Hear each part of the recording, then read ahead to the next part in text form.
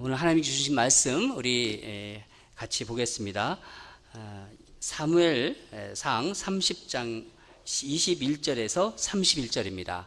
우리 한 절씩 교독하고 마지막 절은 함께 읽겠습니다. 30장 21절에서 31절.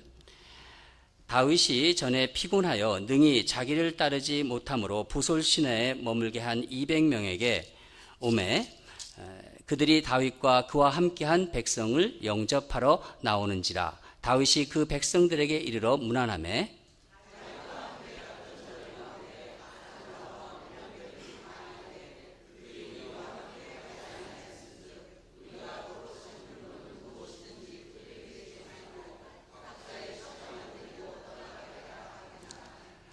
다윗이 이르되 나의 형제들아 여호와께서 우리를 보호하시고 우리를 치러온 그 군대를 우리 손에 넘기셨은즉 그가 우리에게 주신 것을 너희가 이같이 못하리라.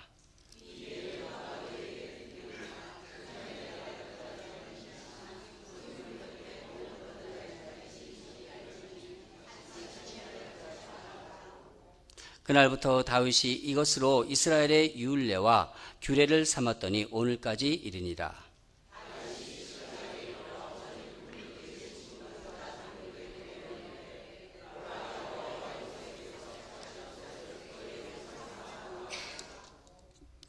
베델에 있는 자와 남방 라못에 있는 자와 이달에 있는 자와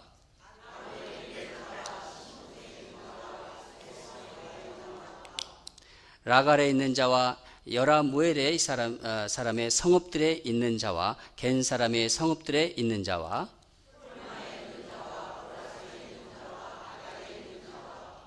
함께 읽겠습니다. 헤브론에 있는 자에게와 다윗과 그의 사람들이 왕래하던 모든 곳에 보내었더라. 아멘. 네.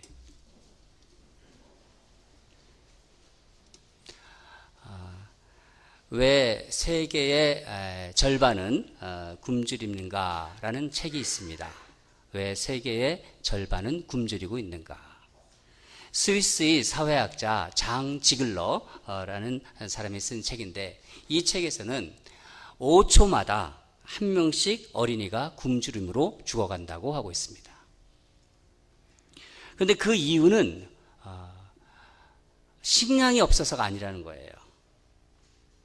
왜 그런 어떤 굶주림으로 죽어가는 어린이들이 있냐면은 국제 어떤 그 경제의 어떤 구조적인 고질적인 구조적인 문제가 있고 특히 일부 다국적 기업들이 횡포 때문에 세계의 절반이 굶주림에 고통하고 있다 하고 이 장 지글러 사회학자는 이야기하고 있습니다. 제가 오늘 말씀을 묵상하면서 이 책이 생각난 것은 오늘 말씀 본문의 내용이 이 분배의 문제를 다루고 있기 때문입니다. 다윗이 이 배경을 보면은 다윗이 사울에서 계속 쫓기잖아요. 왕이 되기 전까지. 쫓기면서도 다윗을 따르는 사람들이 모이기 시작했습니다. 100명, 200명, 300명, 400명 하나의 공동체가 계속 이루어가고 있습니다. 그래서 이 다윗을 따르는 공동체가 시글락이라는 곳에서 지역 공동체를 이루고 함께 가족과 함께 살고 있었습니다. 그런데 다윗이 블레셋 지역에 가 있는 동안 아멜렉 족속이 시글락을 침입하게 됩니다. 다윗 공동체를. 그래서 다윗 공동체를 약탈하는 일이 이 앞절에 쭉 나오고 설명이 나오고 있습니다. 한번 핵심적인 그 내용만 우리가 보겠는데 30장 1절에서 4절을 우리가 그냥 같이 합독 한번 하겠습니다. 어떤 내용이죠? 그렇게 어렵지 않은 내용이니까 그냥 쭉 읽으시면 됩니다. 시작.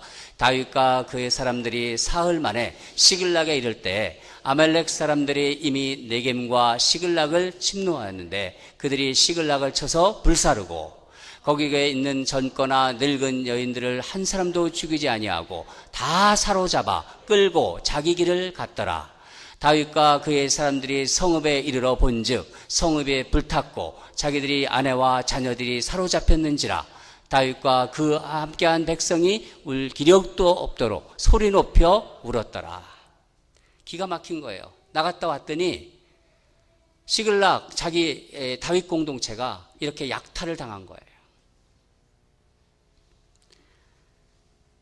시글락에 돌아온 다윗과 다윗을 따르는 사람들은 자기들의 이 삶의 터전인 시글락이 불타워진 걸 보면서 이제 사람을 모아서 아멜렉을 쫓아갑니다. 왜냐하면 자기 가족들이 다 끌려갔으니까 구출해내려고.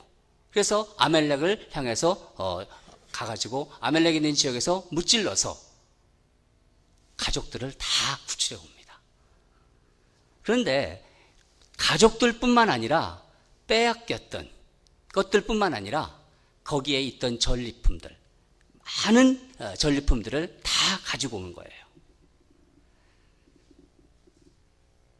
그래서 다 도태로 찾아와서 기쁨으로 다시 시글락에 돌아왔죠.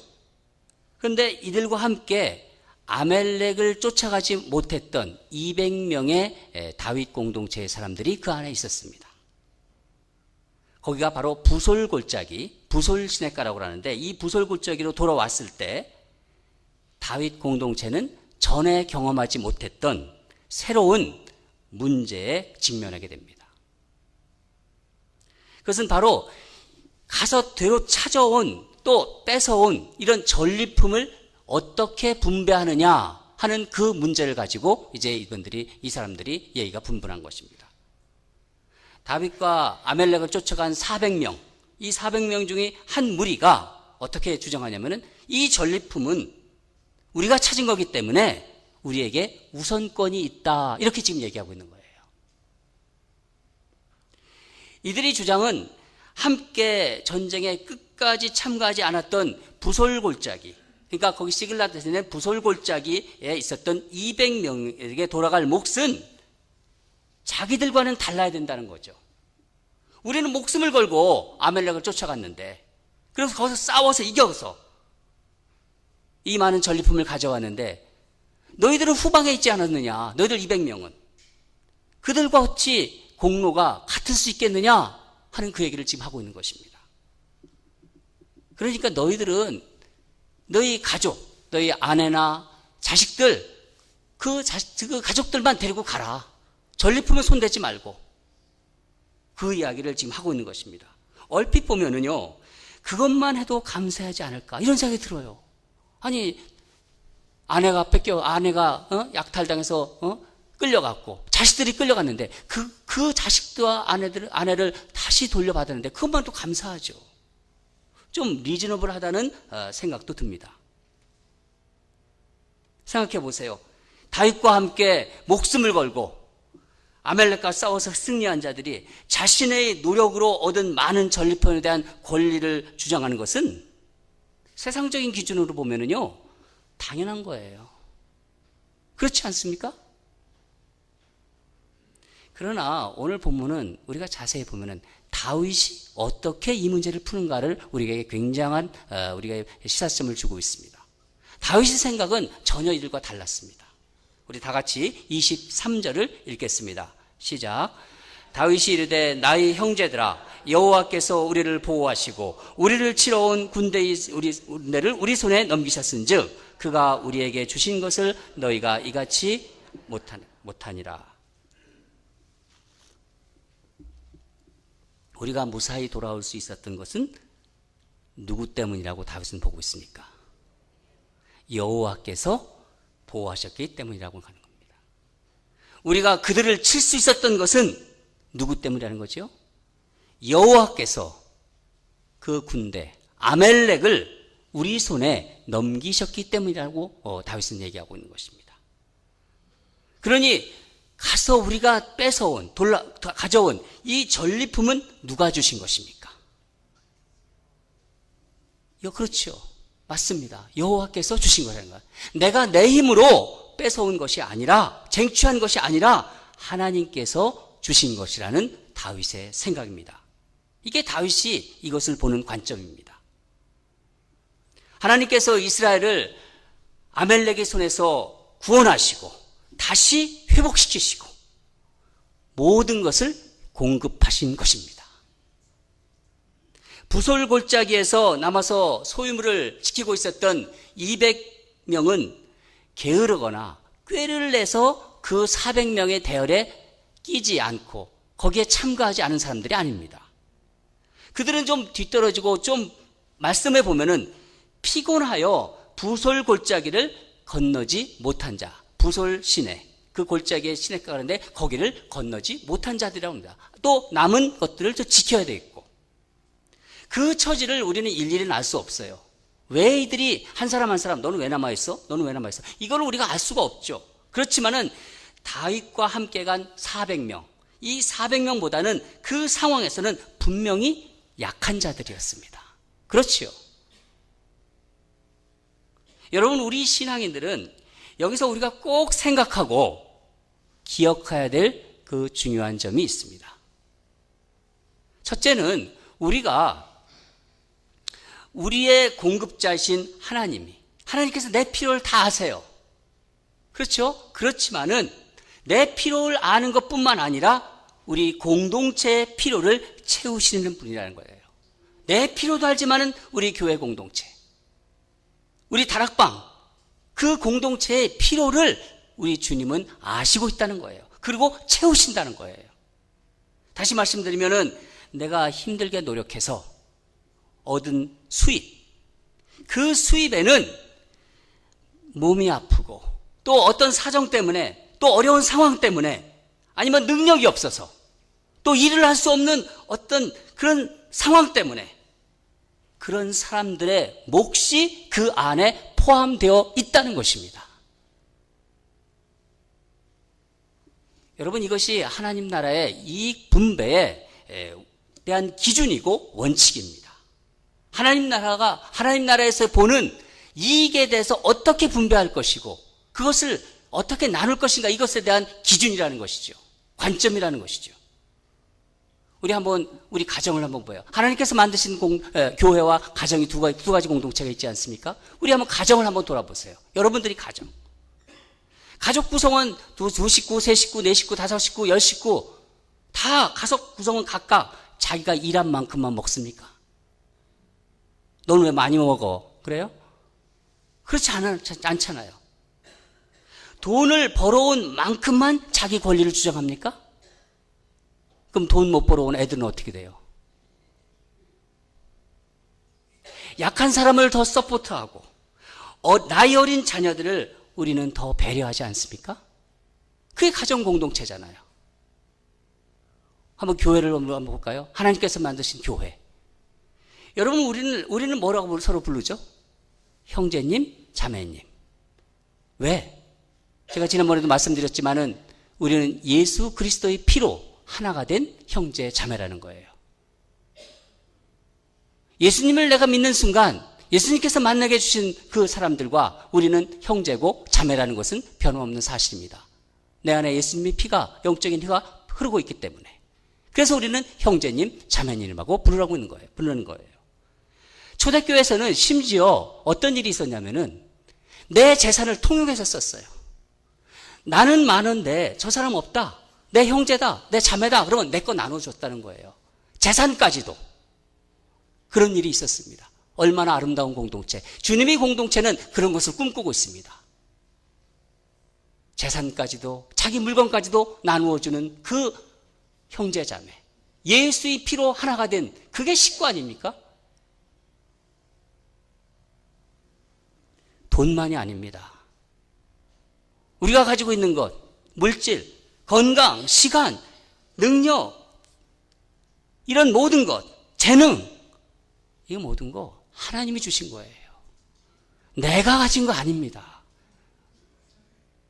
예수 믿기 전에는 난 제가 가진 줄 알았어요. 제가 뭘 좀 잘하면은 내가 잘나서 그렇다, 이런 생각은 제가 했었어요. 그렇지만은 제가 예수님 믿고부터는 하나님이 주신 거라는 생각이 가장 큰 변화입니다. 하나님이 모든 걸 주셨어요. 내 재능도 주셨고, 돈도 주셨고, 모든 어떤 그 시간도 주셨고, 능력도 주셨고, 하나님이 우리에게 주신 것이고, 또 하나님이 주셨기 때문에 언제든지 하나님은 다시 가져갈 수 있어요. 그걸 아셔야 돼요. 오늘이라도 하나님 다 가져갈 수 있어요. 그거를 아는 게 우리가 지혜입니다. 여러분, 저는 우리 성도님들에게 한번 도전드리고 싶어요. 여러분, 기도 많이 하시잖아요. 본인을 위한 기도 중요합니다. 해야 됩니다. 그렇지만은 여러분이 기도 속에 연약한 사람들, 약한 사람들을 위한 그 기도를 여러분 기도에 포함시켜 주셔야 돼요.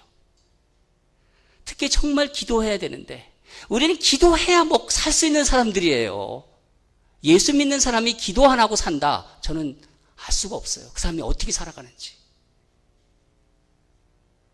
정말 기도해야 되는데 기도해야 사는데 그 사람이 믿음이 약해서 신앙이 아직 너무너무 어려서 몸이 연약해서 또 세상 사는데 먹고 사는 게 너무 힘들어서 그게 너무 고달퍼서 기도할 수 없는 그런 분들을 위해서 여러분들은 기도해 주시기 바랍니다.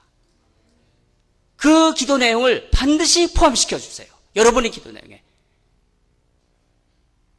그것이 하나님께서 여러분을 먼저 부르신 그 부르심에 순종한 여러분을 위한, 여러분을 향한 하나님의 기대 가운데 거기에 하나가 있는 것입니다.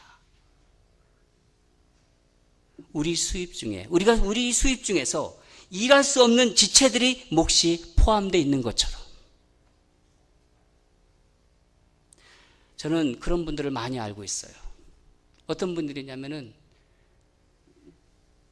밝혀지기를 원하지 않아요. 그런 분들은 남이 모르게 아주 연약한 가정들을 소리 없이 돕는, 경제적으로 그런 가정들을 서포트하는 그런 귀한 분들을 많이 알고 있습니다. 저는 하나님께서 그런 분들을 눈여겨보신다고 생각합니다. 자기가 버는 거 아니라는 거예요. 이런 분들은 하나님께서 주신 것을 하나님께서 알게 하신 분들과 나누겠다는 거예요. 얼마나 아름다운 생각이고 하나님이 기뻐하시는지 모르겠다, 이런 생각이 듭니다. 두 번째로 오늘 본문에서 여러분과 나누고자 하는 것은 이 악한 자와 불량한 자들에 대한 다윗의 태도입니다. 우리 다 같이 22절을 읽겠습니다. 22절을 띄워주시죠. 시작. 다윗과 함께 갔던 자들 가운데 악한 자와 불량배들이 다 이르되 그들이 우리와 함께 가지 아니하였은즉 우리가 도로 찾은 물건을 무엇이든지 그들에게 주지 말고 각자의 처자만 데리고 떠나가게 하라 하는지라.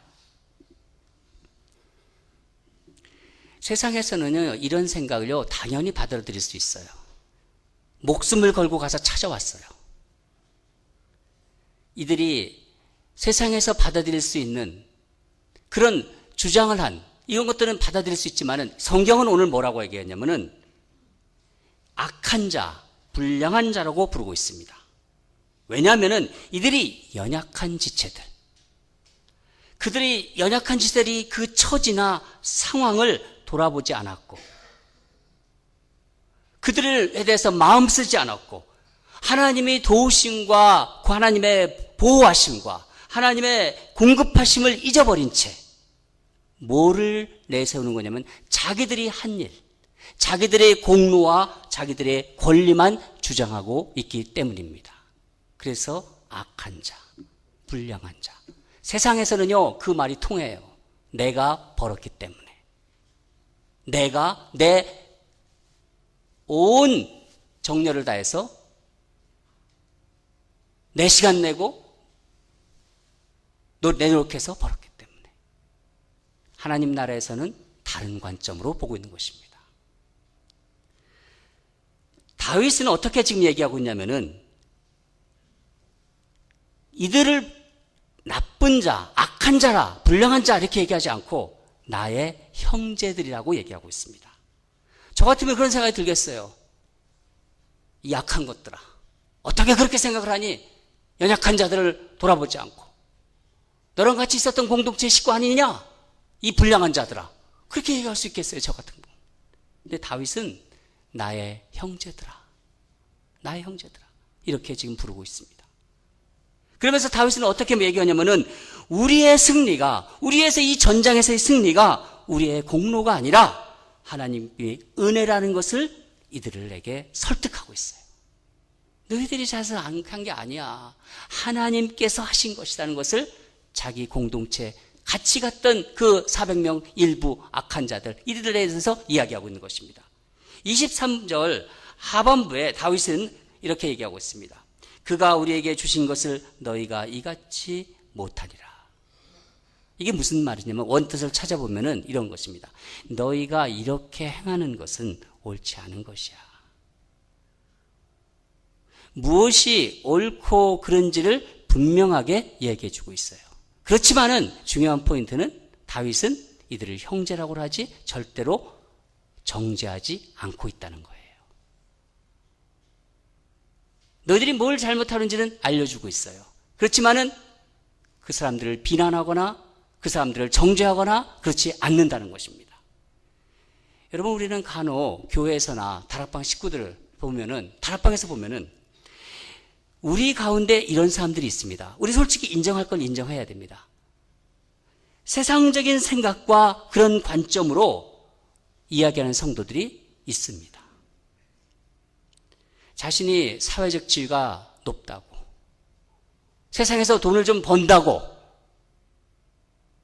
이런 것이 이 사람들에게는 굉장히 중요합니다. 그런데 예수님을 관심이 있어요. 교회 와요.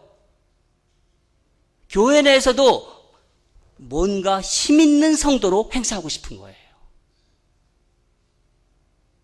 여러분, 자기 행위에 대한 그 보상을 요구하는 것은 세상적인 원리입니다. 세상은 그 원리예요. 내가 이만큼 행동했기 때문에 이것은 내가 가져야 된다. 당연히 권리를 또 찾아야 돼요. 그게 세상적인 원리입니다. 우리 교회가, 우리 공동체가, 우리 다락방이 세상 속에 있기 때문에 이 영향을 받게 되죠. 그래서 그런 분들이 들어오는 거는 어쩔 수 없습니다. 따라서 하나님 나라의 공동체는, 교회는 세상의 원리와 어떤 풍조들이 들어오는 것을 배격해야 됩니다. 교회와 세상은 분명히 다른 겁니다. 성도와 세상 사람들은 분명히 다른 것입니다. 그 사람을 볼 때 다른 게 보여야 돼요. 만약에 다른 게 보이지 않으면은 아무런 능력 없는 그리스도인이고 능력 없는 신앙인입니다. 여러분, 그렇지만은 그런 분들이 우리 교회에, 우리 공동체에, 우리 다락방에 들어온다 하더라도 그런 분들을 정죄하지는 마시기 바랍니다. 그분들을 품으셔야 돼요. 내 형제, 지금 바울이 하는 이 다윗이 내 형제라고 품은 것처럼. 여러분, 왜냐하면 우리는 다 용서받은 죄인이에요. 그렇죠? 용서받은 죄인. 근데 교회는 온갖 사람들이, 온갖 죄인들이 다 오는 곳이에요. 또 와야 하는 곳입니다. 교회에 와서 시간이 가면서 하나님 말씀 들어가면서 자신을 돌아보면서 자신이 무엇을 잘못하고 내가 어떤 사람이었다는 것을 말씀 속에서 비춰보면서 자신이 생각하는 관점이 바뀌고 그런 것들, 그리고 우리가 옆에서 그런 분들을 우리 다락방에, 우리 교회에 세워준 이유는 바로 그런 분들에게 그런 것을 알려주라는 것이 우리의 일이고 그게 바로 사명입니다. 괜히 그 사람들을 세워준 거 아니거든요. 그런데 거기다가 정죄하면 안 된다는 거예요. 나도 그런 사람이었어요. 본문을 묵상하면서 저는 다시 한번 하나님 나라의 공동체와 세상은 정말 다르다는 것을 생각이 났습니다. 정말 교회와 세상은 참 다르구나. 옛날에는 더 달랐어요. 그렇지만 요즘은 자꾸 교회가 세상에 물들어가고 있어요. 우리가 선명한 그리스도인으로, 정말 그런 야성 있는 그리스도로 살아갈 때 더 그것이 분명하게 나타나는데 점점 세상이 말세가 돼가는지 이게 성도인지 이게 뭐 세상 사람인지 잘 분간이 안 돼요. 어떤 때는.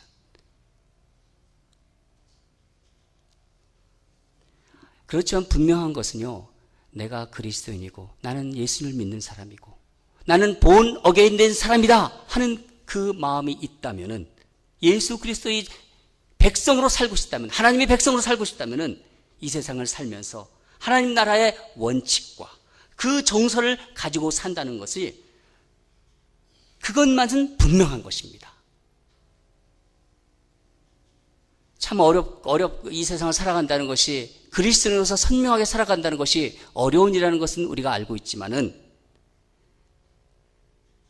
절대로 놓칠 수 없는 것이 바로 우리의 그런 어떤 분명한 태도라는 것이죠.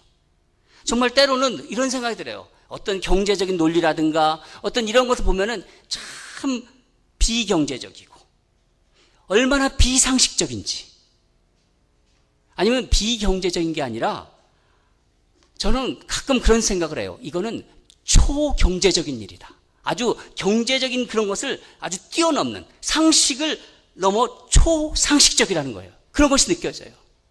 교회와 세상과의 그 차이가. 여러분, 경제 논리를 뛰어넘고 상식 이상의 것을 추구하는 것이 하나님 나라입니다. 세상은 그거 못해요. 그렇지만 교회 공동체는 세상과 다르기 때문에 상식을 뛰어넘고 또 그 경제의 논리를 뛰어넘는 것이 바로 교회고 공동체입니다.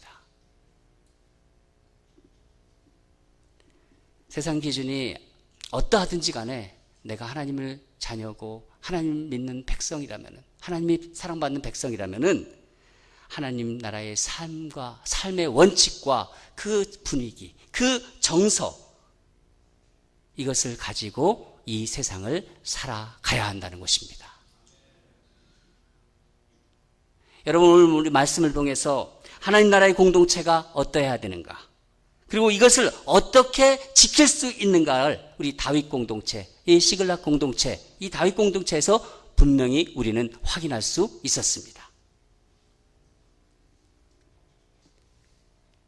약한 자들을 배려하고 또 그들을 돌보면서 함께 복을 나누는 공동체. 신앙이 연약하고 인격적으로 허물이 많아요. 까칠해요, 사람이. 교회는 다니지만. 그런 사람들을 사랑의 마음으로 권면하는 공동체. 저는 우리 교회가 그런 공동체가 될 것이라는 꿈을 꾸고 있습니다. 여러분들도 그러시죠? 하나님께서는 분명히 우리 눈앞에서 이것을 보게 할 것입니다. 우리 교회가 올해부터 다락방을 좀 새롭게 시작하고 있습니다. 다락방자님들이 이제 새로운 마음을 가지고 성도들 한 분 한 분을 영적인 디렉토를 만들고, 이분이 신앙 상태가 어떤지, 이분에게 무엇이 필요한지, 내가 무엇을 섬겨야 할지를 아마 생각하실 거예요. 전 성도가 다락방에 들어와서 말씀을 나누고 삶을 나누고 내가 내 신앙이 죽었는지 살았는지 다시 한번 돌아보고, 그러면서 하나님이 부어주시는 놀라운 은혜를 경험하게 될 것입니다. 저는 우리 교회의 작은 소그룹들이, 다락방들이 이렇게 천국의 정서를 정말 나눌 수 있고 그런 것이 차고 넘치기를 소망합니다. 26절에서 31절을 보면은요, 어떤 얘기가 나오면은, 다윗은 공동체에서 이 다윗 공동체는 이 전쟁에서 가지고 온 전리품들을 자기들에게 나누는 그 과정을 이제 떠나서 어떻게까지 하냐면은 다른 지역에게 골고루 나눠주고 있습니다. 유다 지역 13개의 성읍가, 우리가 쭉 읽었을 때 발음하기 힘든 그 지역들이 쭉 나오잖아요. 그 13성읍과 자신들이 왕래하는 그 지역까지, 거기에 사는 사람들까지 그걸 다 나눠주고 있어요. 다윗은 이 전리품이 자기 것이 아니라 하나님의 것이라는 것이라고 하면서 다른 사람들에게 다 나눠주고 있습니다. 자기 공동체의 사람들 뿐만 아니라 13개 지역까지 다 나눠주고 있다는 거예요. 이것을 가만히 제가 묵상을 하면서 주석을 찾아봤습니다. 이거 어떤 주석에서는 이렇게 써 있더라고요. 다윗은 지혜롭기 때문에 앞날을 포석해야, 다윗이 아직 왕이 되지 않았습니다. 이 앞날을 포석하기 위해서, 그러니까 자신에 대한 이미지 관리를 하기 위해서 어떤 정치적인 포석 차원으로 전리품을 먼 지역까지 다 내보낸다는 거예요. 그런 해석이 있습니다. 일면 타당한 해석도 있지만은 저는 거기에 동의하지 않습니다. 왜냐하면 말씀을 보면은 다 같이 26절을 한번 읽겠습니다. 26절 시작. 다윗이 시글락에 이르러 전리품을 그의 친구 유다 장로들에게 보내어 이르되 보라 여호와의 원수에게서 탈취한 것을 너희에게 선사하노라 하고, 여호와의 원수에게서 탈취한 것, 하나님의 힘으로 승리했다는 거예요. 하나님의 힘으로. 그분이 그것을 주신 것이라는 고백이 저 말씀에는 단호히 담겨 있는 것입니다. 승리의 하나님을 기뻐하면서 그것을 선포하고 그 기쁨을 주변 사람들과 함께 나누고자 하는 다윗이 그 마음이 있었다는 거예요. 사랑하는 성도 여러분, 하나님은 불공평하신 분이에요? 공평하신 분이에요? 어떻게 생각하세요? 제가 물어보는 제가 참 공평하신 하나님이죠. 하나님의 공평하심은요, 은혜의 정점이라고 그래요. 은혜의 극치라고도 얘기합니다. 그렇게 은혜가 풍성하신 그분이 바로 여러분과 저의 주님이십니다. 여러분의 건강, 여러분의 재능뿐만 아니라 여러분의 인격, 여러분의 신앙까지도 다 하나님의 은혜 가운데서 만들어진 것입니다. 어느 노래에 나를 지으신 이도 하나님, 나를 보내신 이도 하나님, 세상 사람이 나를 보낸 게 아니라 하나님께서 그 사람을 선택해서 세상 가운데로 보냈다는 거예요. 하나님께서 나를 선택해서, 여러분 하나를 선택해서, 하나님께서 나를 만드신 하나님, 나를 부르신 하나님, 나를 보내신 하나님. 지금까지 인생을 살아면서 나의 나된 것은 다 하나님의 은혜라. 예수 몰랐을 때는 이런 고백이 나올 수가 없어요. 어떤 경우에 있어서 어떤 복을 받았는지 우리는 예수를 믿어서 어떻게 내가 살아왔는지, 지금까지 내가 어떤 돈을 벌었는지, 내가 어떤 사람을 만났는지, 내 건강을 지금 어떻게 지켜주고 있는지 생각하면은 내 힘으로 이렇게 살아왔다? 하나님을 믿고 나서부터는 도대체 그 생각이 다 들 수가 없어요. 나의 나된 것은 하나님의 은혜라. 사랑하는 여러분, 그 하나님께서 우리에게 주신 그 은혜, 그 받은 은혜로 하나님께서 여러분에게 주신 사람들, 여러분에게 직접 주신 사람도 있어요. 여러분 곁에 세우신 분들도 있어요. 그 소중한 분들, 그런 분들을 섬기면서 천국의 기쁨을 함께 누리시기 바랍니다. 그러면 우리가 사는 이 세상이 좀 아름다워질 거예요. 우리는 세상을 아름답게 만들 그런 능력을 가지고 있는 사람이고, 그런 마음을 하나님이 우리에게 주셨습니다. 말씀에 그에 쓰여 있고, 말씀이 내가 먹고 말씀을 가지고 세상을 살아가면 아름다움이 나오는 것입니다. 우리 중에 많은 분들이 연약한 사람들에 대한 그 긍휼한 마음을 가지고 있습니다. 저는 그런 사람들을 많이 압니다. 그러나 여러분, 약한 지체들 뿐만 아니라 좀 인격적으로 결함이 있는 지체들이 있어요. 만나보면 세상에서 만나든 교회에서 만나든 간에 아유, 저 인격이 왜 저래? 아주 그냥 못돼 먹었구먼. 그런 사람들 만나요. 보면은 나를 불쾌하게 하고 때로는 기분 나쁘게 합니다.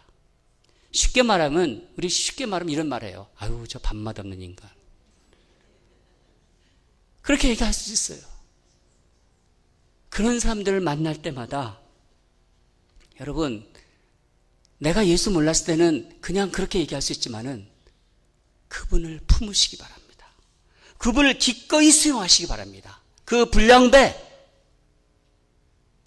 내 형제들이라고 다윗이 얘기하지 않았습니까? 기도로 그런 사람들을 좀 품어주세요. 기도로 하나님께 그 불량배들을 올려주세요. 저 까칠한 인간 한번 올려주세요. 하나님께서 하나님 앞에 막 올려주세요. 나와 별로 상관이 없는 사람들에게도 은혜를 베푸세요. 내가 은혜의 통로를 하나님께서 사용하려고 그 사람 불렀는데 자꾸 그 사람에 대해서 이렇게 정죄만 하지 마시고 나를 통해서 은혜가 흘러가도록 한번 해보세요. 로마서 5장 8절에 우리가 아직 죄인 되었을 때 그리스도께서 우리를 위하여 죽으심으로 하나님께서 우리에 대한 자기의 사랑을 확증하셨느니라. 여러분, 우리는요, 이런 주님의 사랑으로 하나님의 자녀가 된 사람들이에요. 그 하나님의 사랑, 그 놀라우신 하나님의 은혜를 받은 우리가 이 냉정하고 척박하고 악한 세상을 사는 사람들에게 주님이 나에게 주신 그 사랑과 은혜를 나를 통해서 흘려보내면서 정말 우리가 축복의 통로로, 여러분과 제가 한번 축복의 통로로 한번 이 세상을 한번 살아봤으면 좋겠어요. 그런 복을 한번 받았으면 좋겠어요. 지금도 하시고 있지만은 오늘 이 시글락 공동체